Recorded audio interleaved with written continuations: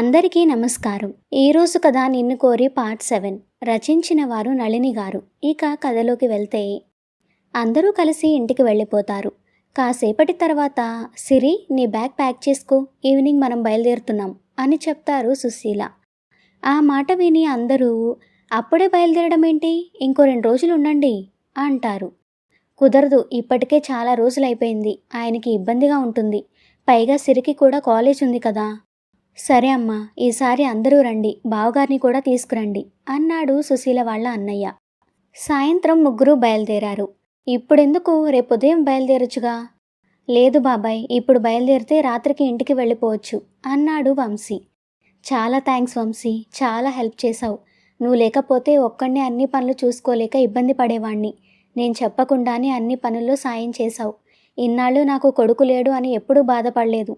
కానీ ఇప్పుడు నిన్ను చూస్తుంటే నాకు నీలాంటి కొడుకు లేడని బాధగా ఉంది వంశీ. అయ్యో అదేంటి బాబాయ్, సునీత కూడా నా చెల్లి లాంటిదే కదా. అయినా మనలో మనకి ఇవన్నీ ఎందుకు.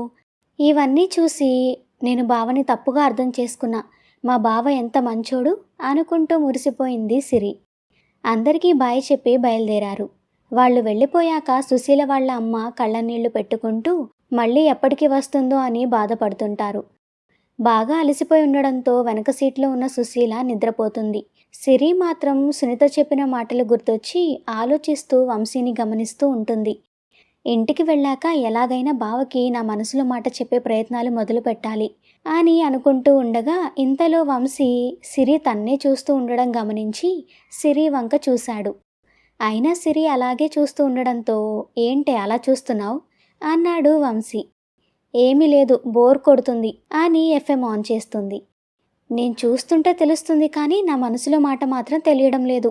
ఈ జడ పదార్థాన్ని పడేయడానికి రేపటి నుండి నేను ఎన్ని పాటలు పడాలో అని పైకి చూసి, దేవుడా నాకు హెల్ప్ చేయి, మా బావకి నేను నా మనసులో మాట చెప్పినప్పుడు తను సరే అనేలా చూడు స్వామి అని మనసులోనే దేవుడికి నమస్కారం చేసుకుంది. శీతాకాలం సాయంత్రం కావడంతో కారు అద్దాలు దింపి ఉండడం వల్ల చల్లని గాలి కారు వెళుతున్న వేగానికి విసురుగా సిరి ముఖాన్ని తాకుతూ ఉంది. దాంతో సిరి మనసంతా ఏదో ఫీలింగ్తో నిండిపోయింది. అప్పుడే మసకబారుతున్న వెలుతురు, ఆకాశంలో గూటికి గుంపులుగా బయలుదేరిన పక్షులు, ఎక్కడో దూరంగా చుక్కల్లాగా కనబడుతున్న లైట్లు చాలా అందంగా ఉంది. ఇదంతా చూస్తున్న సిరికి అవన్నీ రోజు ఉండేవే అయినా ఇప్పుడే అందంగా కనబడుతున్నాయి. ఎందుకు నాకు ఇదంతా విచిత్రంగా హాయిగా అనిపిస్తుంది అని అనుకుంటూ అనుకోకుండా పక్కన ఉన్న వంశీని చూసింది. వంశీ దృష్టంతా డ్రైవింగ్ మీద ఉంది. అలా వంశీని చూస్తుంటే, నీ వల్లే ఈ మాయ, ఇదంతా నీకు తెలియకుండా నువ్వే చేశావు. నీ మనసు తెలిసాకే, నిన్ను ప్రేమించాకే ప్రకృతి అంతా ఇంత అందంగా ఉంది. ప్రేమ అనగానే సిరికి ఏదో తెలియని సిగ్గు అలుముకుంది. అసలు నేను కల్లో కూడా అనుకోలేదు నేనొకరిని ఇంతగా ప్రేమిస్తానని. అది ఎప్పుడూ నా కళ్ళ ముందు ఉండే నిన్ను నా మనసులోకి తీసుకువస్తానని. ఒక్క పూట నువ్వు కనబడకపోతే ఏదో తెలియని బాధ, ఎవరి మీద చూపించాలో తెలియని కోపం, ఎవరిని నీ గురించి అడగలేని నిస్సహాయత, అసలు నా జీవితానికే లక్ష్యం లేదు అన్నంత విరక్తి. ఇంత తక్కువ సమయంలో నాకంతగా ఎలా దగ్గరయ్యాయి, ఇదంతా నీలో ఉన్న మాయ కాకపోతే అని అనుకుంటూ సిగ్గుతో తలదించుకొని మురిసిపోయింది. అది చూసిన వంశీ, సిరి ఏమైంది నీకు, బాగానే ఉన్నావా? ఆ మాటతో సిరి నార్మల్గా ఏమైంది అంది. ఆహా ఏం లేదు, ఏంటో విచిత్రంగా బిహేవ్ చేస్తుంటే. ఆ మాటకి ముందు నవ్వి తర్వాత ఇదేంటి నేను సిగ్గుపడుతూ ఉంటే ఏంటి సిగ్గుపడుతున్నావు అని అడగకుండా విచిత్రంగా ప్రవర్తిస్తున్నా అంటాడు అని 2 సెకండ్లకి అర్థమైంది. అప్పటికే ముసిముసిగా నవ్వుకుంటున్నాడు వంశీ. ఓయ్ నువ్వేమన్నావు అని అడిగి వంశీ నవ్వడం చూసి, నిన్ను అని అతన్ని కొట్టబోతే వంశీ ఒక చేత్తో సిరిని కొట్టకుండా ఆపాడు. సిరి ఆ చెయ్యి వదిలించుకోవాలని గింజుకుంది. దాంతో ఇద్దరూ కాసేపు అలా కొట్టుకుంటూ ఉండగా ఇంతలో కార్కి అడ్డంగా ఒక కుక్క వచ్చింది. దాంతో వంశీ సడన్గా కార్ని కొంచెం రైట్కి తిప్పాడు దాన్ని తప్పించడానికి.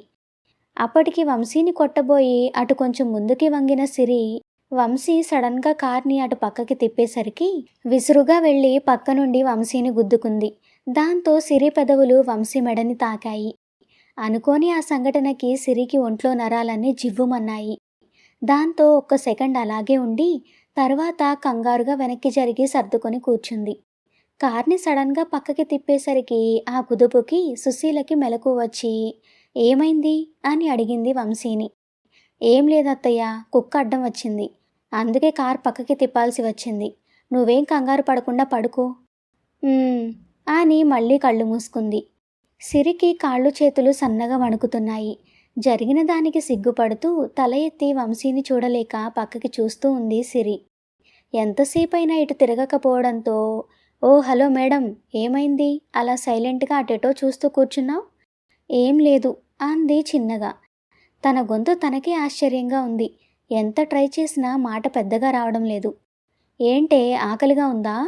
"ఆహా లేదే, ఎందుకు అలా అడిగావు?"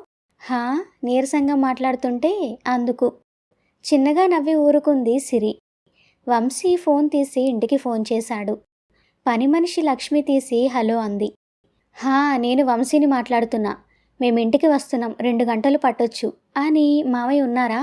అని అడిగాడు. "లేరు చిన్నబాబు గారు." సరే" అని కాల్ కట్ చేసి కార్ పక్కకి తీసి ఆపాడు. కార్ దిగబోతూ "సిరి, ఏమైనా తింటావా?" అని అడిగాడు. వద్దని తల అడ్డంగా తిప్పింది. సరే అని తను కార్ దిగి వెళ్ళి జ్యూస్ తాగి సిరికి కూడా జ్యూస్ తీసుకువస్తాడు. కాసేపటికి సిరి కూడా నిద్రపోతుంది. నిద్రలో అటు ఇటు కదులుతున్న సిరిని చూసి మెల్లగా కార్ ఆపి తనకి సీట్ బెల్ట్ పెట్టి తిరిగి తన ప్రయాణాన్ని కొనసాగించాడు. కార్ కుదుపులకి సిరి తల మెల్లగా వచ్చి వంశీ భుజం మీద వాలింది. కార్ గ్లాస్ ఓపెన్ చేసి ఉండడం వల్ల గాలికి ఎగురుతున్న సిరి జుట్టు వంశీ మొహం మీద నాట్యమాడుతూ వంశీని డిస్టర్బ్ చేస్తుంది. దాంతో కార్ గ్లాసెస్ క్లోజ్ చేసి ఏసీ ఆన్ చేస్తాడు. ఇంకో గంటకి వాళ్ళు ఇంటికి చేరుకున్నారు.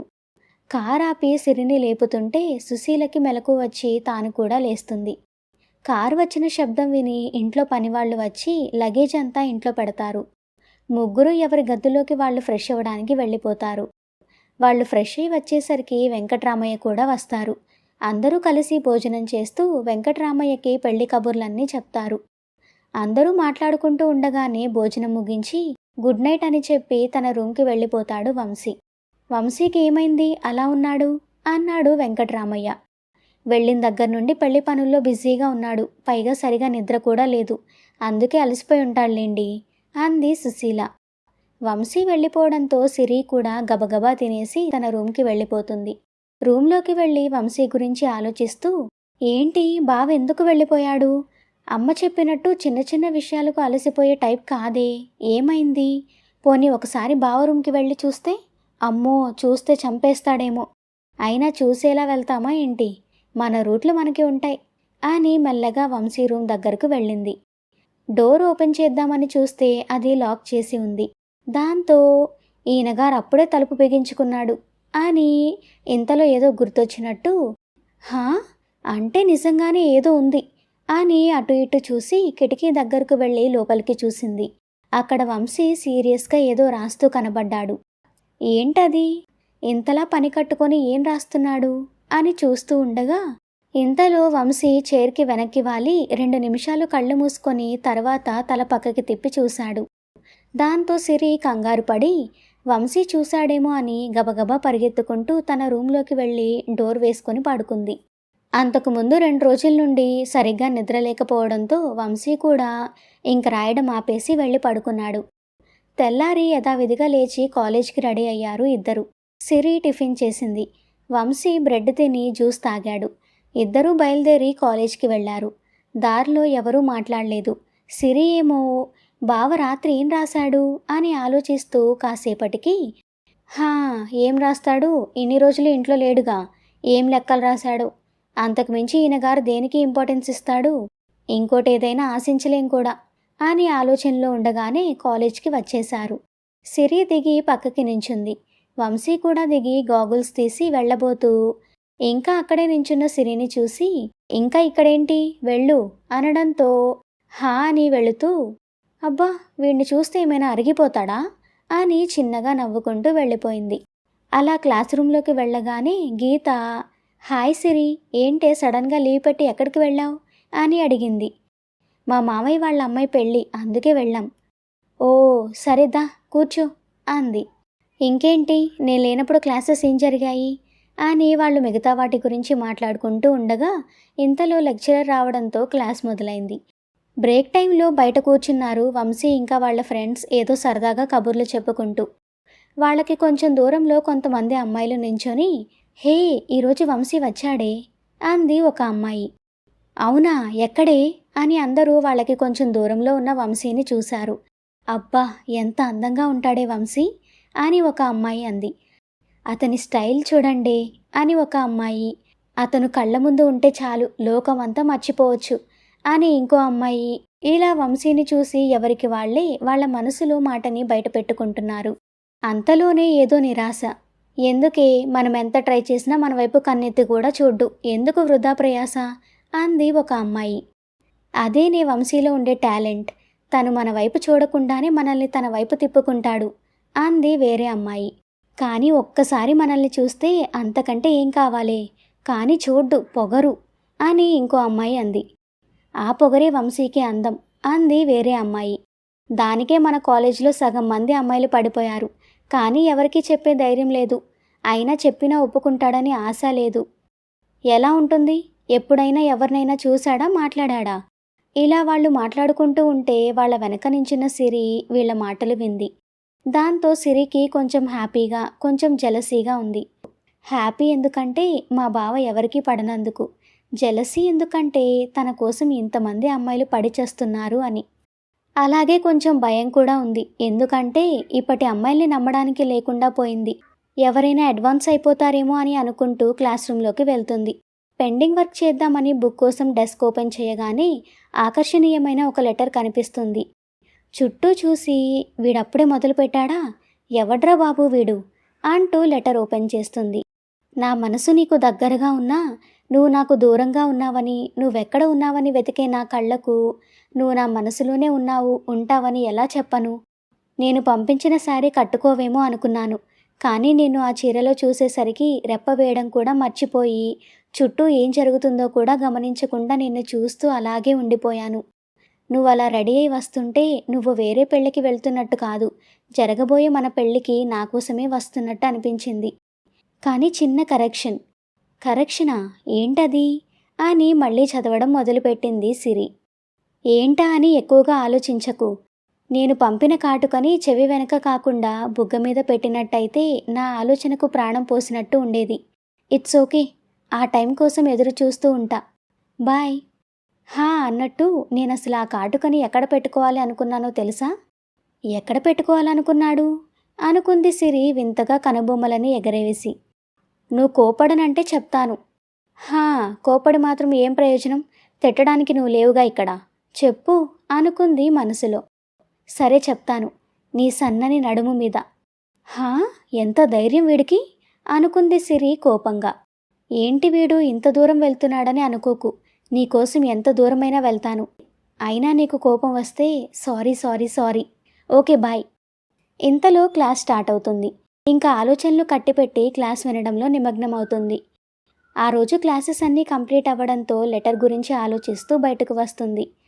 ఎవరు నన్ను ఇంత దగ్గరగా అబ్జర్వ్ చేస్తుంది?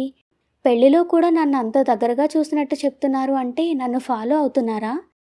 ఇలా ఆలోచిస్తూ ఉండగానే దూరంగా పార్కింగ్ దగ్గర వంశీ బైక్ తీస్తూ కనిపిస్తాడు. వంశీని చూసి, ఒకవేళ బావ రాస్తున్నాడా ఈ లెటర్స్? కానీ బావ అలా స్పందించే రకం కాదుగా. అయినా కాలేజీలో ఇంతమంది ట్రై చేస్తుంటేనే పడనివాడు నా కోసం లెటర్స్ రాస్తాడా, నా పిచ్చి కానీ రాత్రి బావ ఏదో రాస్తూ కూర్చున్నాడు. అదేంటిది? ఏం రాశాడు? నిజంగా బావే ఈ లెటర్స్ రాస్తున్నాడా? అబ్బా, ఆ ఊహ కూడా చాలా బాగుంది. ముందు బావ ఏం రాశాడో కనుక్కుంటే తర్వాత నేను ఎన్ని ఊహల్లోకైనా వెళ్ళొచ్చు. ఇంకా ఇప్పటి నుండి బావ ఏం రాస్తున్నాడో కనుక్కోవాలి అని ఆలోచనల్లో ఉండగా, ఏంటి సిరి ఇంకా అక్కడే ఉన్నావు, త్వరగా రా అన్నాడు వంశీ. వంశీ పిలుపుతో ఆలోచనలు మాని వెళ్ళి బైక్ ఎక్కింది. ఇద్దరూ బైక్ మీద వెళ్తూ ఉండగా వంశీ మిర్రర్లో చూసేసరికి సిరి ఫేస్ మీద తన జుట్టు పడుతుంది. అది చూసి, ఏంటి ఆ జుట్టు దెయ్యంలాగా ఎప్పుడు విరబోసుకొని ఉంటావు? అంత బారు జుట్టు ఉంది, చక్కగా జడ వేసుకోవచ్చుగా. దాంతో సిరి జుట్టు సరిచేసుకుంటూ, అయినా నా జుట్టు గురించి నీకెందుకు బావా? అయినా నన్ను గమనించడం ఎప్పటి నుండి మొదలుపెట్టావు? హలో, ఎక్కువ ఊహించుకోకు. నేనేంటి నిన్ను గమనించడం ఏంటి, నాకింకేం పని లేదనుకున్నావా? బాబోయ్! వీడేంటి ఇట్లా మాట్లాడుతున్నాడు? అయినా వీడందరితో బాగానే మాట్లాడతాడు. కానీ నాతో మాత్రం ఎప్పుడూ చిరుబుర్లాడుతూ ఉంటాడు. వీడు నాకెప్పుడూ అర్థం కాడు. నాతో ఇంత రూడ్‌గా ఉండే బావ నాకు లెటర్స్ రాస్తాడు అంటే నాకు నమ్మకం లేదు. అసలు ముందు బావ రాసేదేంటో తెలుసుకోవాలి. కాసేపటికి ఇంటికి చేరారు. ఇంటికి వెళ్ళాక సిరి తన రూమ్‌కి వెళ్ళింది. వంశీ మాత్రం ఫ్రెష్ అయి వచ్చి సుశీల ఇచ్చిన జ్యూస్ గ్లాస్ తీసుకొని బయట మొక్కల దగ్గరకు వెళ్ళాడు. తను ఇన్ని రోజుల నుండి లేడుగా. అవి ఎలా ఉన్నాయో చూసి వాటికి ఎరువు, నీళ్లు పట్టడానికి వెళ్ళాడు. మన వంశీకి మొక్కల్ని పెంచడం చాలా ఇష్టం. చిన్నప్పటి నుండి అలా ఇంటి ముందు అంతా రకరకాల పూల మొక్కలు, పండ్ల మొక్కలు చాలా పెంచాడు. వంశీకి అక్కడ ఉంటే టైం తెలీదు. చాలా హ్యాపీగా ఫీల్ అవుతాడు. రాత్రికి డిన్నర్ చేసి అందరూ ఎవరి గదుల్లోకి వాళ్ళు వెళ్ళిపోతారు. సిరి మాత్రం వెళ్ళినట్టే వెళ్ళి మళ్ళీ వెనక్కి వచ్చి వంశీ రూమ్ దగ్గరికి వస్తుంది. కానీ డోర్ లాక్ చేసి ఉండడంతో ఛీ, వీడు మళ్ళీ లాక్ చేసుకున్నాడు. అయినా మన దారి మనకుందిగా అనుకుంటూ కిటికీ దగ్గరకు వెళ్తుంది. సిరి ఊహించినట్టుగానే వంశీ టేబుల్ ముందు కూర్చొని రాస్తూ ఉన్నాడు. అసలు ఏం రాస్తున్నాడు అని అలానే చూస్తూ ఉంటుంది సిరి. కాసేపటికి వంశీ రాయడం పూర్తి చేసి డైరీని షెల్ఫ్లో పెట్టి లాక్ చేసి వచ్చి పడుకుంటాడు. వీడు ఇంత బిల్డప్ ఇచ్చి రాసింది డైరీనా? వీడి గురించి తెలిసి కూడా నేనే అనవసరంగా ఎక్కువ ఊహించేసుకున్నా అనుకుంటూ తన రూంలోకి వెళ్ళి పడుకుంటుంది. మరుసటి రోజు కాలేజ్ నుండి ఇంటికి వచ్చేటప్పుడు రాత్రి తను రాసిన లెటర్ని తన డెస్క్లో ప్రతిసారి అతను పెట్టే చోట పెట్టి బయటకు వచ్చి హమ్మయ్య, ఇవాళతో నాకు ఆ లెటర్స్ బాధ వదిలింది అనుకుంటూ హ్యాపీగా ఉంది. సిరి క్లాస్ నుండి బయటకు వచ్చిన తర్వాత ఒకతను సిరి పెట్టిన లెటర్ తీసుకొని జేబులో పెట్టుకొని నవ్వుతూ వెళ్ళిపోయాడు. అలా పార్కింగ్ దగ్గరకు వచ్చి నిల్చున్న సిరి వంశీ కోసం ఎదురు చూస్తూ ఉండగా కొంచెం దూరంలో వంశీ తన ఫ్రెండ్స్తో కాలేజ్ కాంపౌండ్ని చేతులతో చూపిస్తూ ఏదో సీరియస్గా డిస్కషన్ చేస్తున్నాడు. సిరి తన కోసం ఎదురు చూస్తూ ఉండడంతో మిగిలినవి రేపు మాట్లాడుకుందాం అని వాళ్ళకి చెప్పి వచ్చి బండి తీశాడు. కొంచెం దూరం వెళ్ళాక బావా, ఏంటి ఈరోజు లేట్ అయింది? ఏం లేదు, త్వరలో మన కాలేజీలో ఫెస్ట్ ఉంది. ప్రిన్సిపల్ గారు దాని ఏర్పాట్లు చూడమన్నారు. అందుకే దానికి ప్లాన్ గురించి డిస్కస్ చేస్తున్నాం. ఓహో, అలా మాట్లాడుకుంటూ ఇంటికి చేరారు. ఇక్కడ ఆ లెటర్ తీసుకున్న అతను ఎంతో హ్యాపీగా ఉన్నాడు. ఇన్ని రోజుల నుండి తనే రాస్తూ ఉన్నాడు. కానీ ఈరోజు సిరి తనకి రాసింది. ఆ సంతోషంతో అతని మనసు ఉక్కిరిబిక్కిరవుతుంది. ఎప్పుడెప్పుడు చదువుదామా అని ఎంతో తొందరగా ఉంది అతనికి. దానికోసం ఎవరూ లేని ఒక అందమైన ప్లేస్కి వెళ్ళి అది ఓపెన్ చేస్తుంటే అతని మనసు సముద్రపు కెరటంలా ఉవ్వెత్తున ఎగసిపడుతుంది. లెటర్ ఓపెన్ చేసి చదువుతున్న అతని కళ్ళలో సన్నటి కన్నీటి పొర కనిపిస్తుంది. తను చదివింది నిజమేనా అని మళ్ళీ మళ్ళీ ఆ లెటర్ చదువుతున్నాడు. ముందుగా నన్ను ఇంతగా ఆరాధిస్తున్న మీకు క్షమాపణలు. మీరు ఒకరిని ప్రేమిస్తే అది అవతలి వాళ్ళకి పెద్ద వరం. ఎందుకంటే మీలో అంత ప్రేమ ఉంది. కానీ నా విషయంలో మాత్రం మీ ప్రేమ నిజమవ్వదు. ఎందుకంటే నేను మా బావని ప్రేమిస్తున్నాను. ఎప్పటి నుండి అంటే చెప్పలేనేమో. చిన్నప్పటి నుండి మేము ఎంతగా తిట్టుకున్నా కొట్టుకున్నా ఎప్పటికీ నా మనసులో బావే ఉంటాడు అన్న సంగతి నాకు ఈ మధ్య తెలిసింది. ఒక రకంగా చెప్పాలి అంటే నువ్వు నేను ఒకే పరిస్థితిలో ఉన్నాము. ఇంకా చెప్పాలి అంటే నువ్వే బెటర్. నీ మనసేంటో నాకు తెలియజేశావు. కానీ నేను మా బావకి ఇంతవరకు నా మనసులో ఉన్నది చెప్పలేదు. బహుశా ఇప్పుడిప్పుడే చెప్పలేనేమో. నాకంత ధైర్యం కూడా లేదు. కానీ ఏదో ఒకరోజు చెప్పక తప్పదు. ఎందుకంటే తను లేకపోతే నేను ఉండలేను. నీ అంత అందంగా నేను వర్ణించలేను, కానీ ఏదో ఒకరోజు నా మనసులో ఉన్న మాట మా బావకి చెప్తాను. నన్ను అర్థం చేసుకొని ఇంకా ఇంతటితో ఆగిపోతావని ఆశిస్తున్నాను. కానీ ఒక్క మాట, నీ జీవిత భాగస్వామిగా ఎవరైనా రావచ్చు, కానీ తను మాత్రం చాలా అదృష్టవంతురాలు. ఇక సెలవు. ఆ లెటర్ చదివి తన సంతోషాన్ని కంట్రోల్ చేసుకోలేక అసలు ఇది నిజమా కాదా అని దాన్ని మూసేస్తే అది కలైపోతుందేమో అని మళ్ళీ మళ్ళీ చదివి దానిలోని అక్షరం అక్షరం తన మనసులో ముద్రించుకుంటూ తన మనసుని ఎలా కంట్రోల్ చేసుకోవాలో అర్థం కాక అప్పుడప్పుడే చీకట్లు కమ్ముకుంటున్న ఆకాశంలో మిణుకు మిణుకుమంటూ కనిపించి కనిపించకుండా ఉన్న నక్షత్రాలని చూస్తూ ఆ ఆకాశమంత ప్రేమను ఈ చిన్ని గుండెలో ఎలా దాచుకోవాలి సిరి అని అతని కంటెలో నుండి చిన్న చిన్న ముత్యాల్లాంటి కన్నీటి చుక్కలు రాలుతుండగా, ఇంతగా ప్రేమిస్తున్నావా సిరి?